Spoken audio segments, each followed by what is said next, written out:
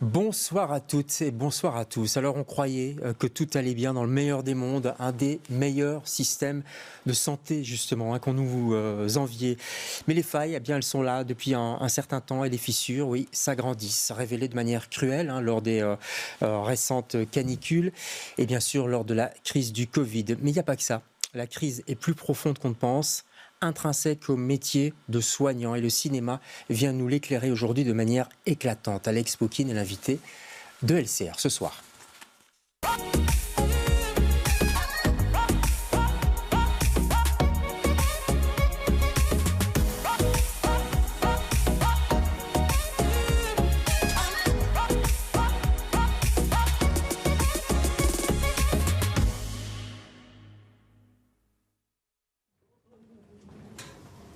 Donc on a reçu les résultats de vos examens. Je suis vraiment désolée de devoir vous annoncer ça. C'est une tumeur maligne, donc ça veut dire qu'elle ne sait pas... Non, mais maligne c'est quand c'est grave en fait. Ah pardon, j'ai fait un problème de... C'est parce que je ne suis pas médecin pour de vrai, du coup j'ai... Bon, on va s'arrêter là. Oui, pardon. Déjà. Pancréas, foie et péritoine. Donc du coup, pas de chimio, pas de chirurgie, je peux rien manger. Et il me propose des soins palliatifs. Et tu es Moi, très en colère. D'abord, je suis abasourdi. Après, je suis en colère. Et après, c'est l'effondrement. Ok, sortez du rôle, voilà, marchez, soufflez. Mais la façon dont on m'a serré la main, j'ai compris que c'était le drame, quoi. Vous, votre rôle, parce que là, vous intervenez vraiment comme patient dans une expérience de patient, vous pouvez juste observer ce qui s'est passé pour vous et quel effet ça a eu sur vous. Je suis très mal à l'aise d'avoir souri quand vous avez dit que votre père il avait eu un cancer. J'ai dit très bien, et j'étais... Ces conditions de travail m'ont complètement écœurée de mon boulot d'infirmière. Je me suis dit plus jamais. C'est un système qui est en train de nous écraser. On s'est engagé à maintenir la continuité des soins. Mais il y a un moment donné, ça rentre pas, tu vois bien. Quand on a des idées suicidaires et qu'on passe à l'acte, on se loupe moins que les autres. C'est parce qu'on a des collègues sur qui on peut compter que ça s'effondre pas, l'hôpital. Parce qu'il n'y a plus que ça. J'ai l'impression que vous prenez des gants pour nous dire des trucs. Alors oui, on peut exprimer nos émotions, oui, etc. Mais on n'a pas le choix que de se battre.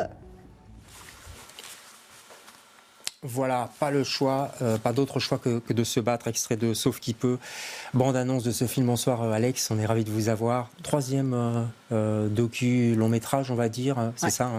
Après, sans frapper, on va en parler tout à l'heure. Comment vous êtes intéressé à ce sujet? C'est venu un petit peu par hasard, ou le sujet des soignants, de la souffrance aussi des soignants? Ce qui s'est passé, c'est qu'après Sans frapper, qui a énormément tourné, je voulais continuer à faire des films sur la violence, mais plus sur la violence advenue, parce que ça avait été trop un peu douloureux de recevoir autant de témoignages après. J'imagine bien, ouais. Je voulais faire un film sur un dispositif qui serait mis en place pour ne pas que la violence advienne. Et à la fin d'une projection de Sans frapper, quelqu'un est venu me voir pour me dire « Ah, le dispositif que vous avez mis en place me rappelle la simulation humaine en santé ». Moi, je ne connaissais pas du tout. Non, nous non plus. Enfin, je dis nous, globalement, les téléspectateurs et tristes non plus. C'est quelque chose qu'on ignore un peu. Dans les écoles de médecine, il y a ce genre de choses déjà installées en Belgique, par exemple? En Belgique, par exemple, il y a un grand centre de simulation au SimLabs avec Erasme. Qui se développe énormément, où on forme les soignants avec des patients simulés. Donc c'est des fausses consultations, pour que les soignants et les soignantes ne s'entraînent pas sur des vrais patients. Par exemple, tout ce qui est annonce de mauvaises nouvelles. Et pas que, il y a tout un tas de consultations. Mais c'est ça qui, moi, m'a énormément touchée. C'est que les patients simulés, en fait, et les patientes simulées, apprennent à dire ce que chaque geste, chaque mot, chaque regard des soignants leur a fait, en fait. Les patients simulés, j'espère que vous nous suivez, les patients simulés, ce sont aussi des soignants ou pas? Non, pas du tout. Donc non. C'est vraiment des gens qui viennent de l'extérieur? Complètement. Donc il peut y avoir des comédiens, mais aussi des chauffeurs de taxi, enfin tout un tas de gens qui n'ont rien à voir avec ni le cinéma, ni le théâtre, ni rien. Ouais. Alors ça révèle énormément de choses et c'est un petit peu ce que vous faites souvent. Enfin, c'est pas un mélange de fiction réelle parce qu'on est vraiment dans le réel, mais voilà, vous jouez un petit peu avec les personnages aussi et ça nous donne une petite distanciation aussi peut-être. Ouais. Peut-être ça vous protège, même vous, je dirais. Ah bah oui, moi, en tout cas je sais que moi en tant que spectatrice, j'ai du mal à supporter la violence que je me protège énormément dès qu'il y en a. Et en fait, j'essaie à chaque fois, quand je fais un film, de trouver une façon qui fasse qu'on peut entendre quelque chose qui est insupportable, en fait. Et là, comme il y a de la fiction, puisque c'est des situations qui sont réelles dans le sens où c'est souvent des scénarios qui existent, qui ont existé en tout cas, et qu'on rejoue. Mais c'est la réalité tout en n'étant pas la réalité. Complètement, ouais. Et ça nous permet d'écouter, je pense. C'est vous qui avez écrit le scénario? Il y a une écriture à la base Non, il y a rien. Moi, là, pour le coup, alors, dans Sans frapper, il y avait un dispositif. Oui, moi, c'est du cinéma direct. Je pose juste ma caméra et je filme ce qui se passe. Est-ce que la présence d'une caméra a changé un petit peu les choses? Est-ce qu'ils vous ont dit ça après? Genre, c'était différent quand vous étiez là, Alex? Les gens ont toujours peur de ça. En l'occurrence, il y avait 2 caméras. Champ contre champ, voilà. Ouais. Et tout le monde nous a dit qu'on nous oublie très très rapidement. Aussi parce que je pense que les gens qui travaillent avec moi sont des gens tellement adorables que vous les oubliez. Ils ont un regard hyper bienveillant. Ouais. Alors, c'est très subtil, ce film, parce que ça commence effectivement... D'abord, si on ne connaît pas la thématique, on se dit « Waouh, c'est choc », quoi, parce qu'on rentre directement dans une entrevue entre un soignant, si je me souviens bien, et puis un malade. Un faux malade, mais enfin voilà. Et là, on lui annonce un cancer, donc c'est très chaud. Et puis petit à petit, on se détend, on se dit ah oui, non, c'est quand même la figure. Et puis après, ça redevient dur parce qu'on se dit c'est quand même, qu'est-ce que c'est comme métier quand même que d'être infirmier, infirmière, docteur, chirurgien. Oui, mais c'est une vocation. En général, on ne devient pas pour rien. Et ce qui est horrible, c'est ce qui a fait que j'ai fait ce film de cette façon-là, c'est que on voit les étudiants et les étudiantes en médecine. L'énormité de ce qu'ils doivent apprendre et en plus c'est un mur, voilà. Un mur. Et puis humainement apprendre à quelqu'un par exemple qui va mourir d'un cancer dans les 2 mois, à quelqu'un qui a des enfants, c'est à 22 ans, comment vous faites ça en fait? Ça c'était hyper beau de voir ces jeunes gens essayer de devenir de meilleurs êtres humains. On sent qu'ils sont pleins de bonne volonté, mais ils ne sont pas complètement armés pour ça. Non. Et de toute façon, on n'est pas armés pour ça. Bien sûr. On ne nous apprend pas en fait à parler, à communiquer. Ouais. Et puis petit à petit, ça glisse vers les soignants plus âgés, leurs conversations entre eux. Et on se rend compte que c'est un milieu qui les étouffe, qu'il y a énormément de burn-out, qu'il y a des gens qui veulent changer de métier, qui n'en peuvent plus. En fait, ce système est malade. Il est malade depuis longtemps. Alors ça concerne la France, la Belgique, la Suisse aussi, où vous avez tourné. Ouais, complètement. Pourquoi il est devenu comme ça? On les a abandonnés, vous croyez? Je pense qu'il y a une politique publique la tarification à l'acte, ça a été... mais on en a beaucoup parlé des soignants pendant le Covid, mais ça faisait 20 ans que ça dure. C'est juste le capitalisme, en fait. Ouais. C'est juste de considérer que tous les domaines de la vie doivent être rentables. Ouais. Il y a une dame dans le film qui dit ce que vous demandez dans l'exercice en 1/4 d'heure, nous, on doit le dire en 5 minutes, même pas. Ça, c'est terrible, cette phrase. Ouais. Oui. Moi, c'est ce qui m'a poussé à faire le film, c'est qu'il y a une espèce d'injonction contradictoire. On forme les gens pour qu'ils soient des personnes des gens bienveillants, et on ne leur donne jamais les moyens de l'être, puisqu'ils n'ont ni le temps, ni les moyens humains, financiers, de faire attention à l'autre, de l'écouter, de passer un tout petit peu de temps. Ouais. Et on ne parle jamais de ce milieu. C'est très rare, les films, je trouve. Il y a Sébastien Lipnik qui a fait un film il n'y a pas tellement longtemps, je crois, sur une infirmière. Psychiatre. Voilà, c'est ça. Mais globalement, c'est... Non, c'est très étrange. Mais je pense que... C'est tabou encore, vous croyez, ou quoi? En fait, je pense qu'il y a un énorme déni. On n'a pas envie de croire qu'un jour, on aura besoin de l'hôpital. Qu'on n'aura pas... On pense que jamais nos vies... C'est pas pour nous. Voilà, exactement. Et on essaie de le maintenir à distance. Et la mort, et la maladie, et la vieillesse.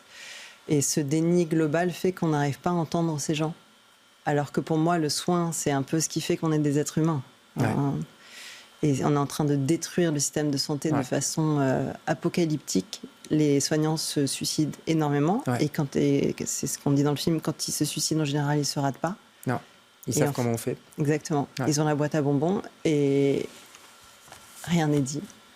Et voilà, c'était un peu... Mon idée, c'était aussi de faire un film qui fasse qu'à un moment donné, on les écoute vraiment. Ouais.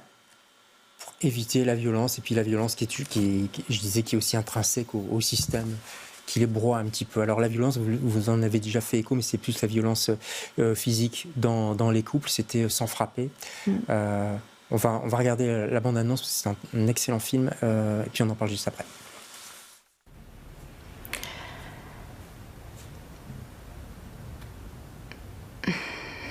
pas commencer, mais je vais y arriver.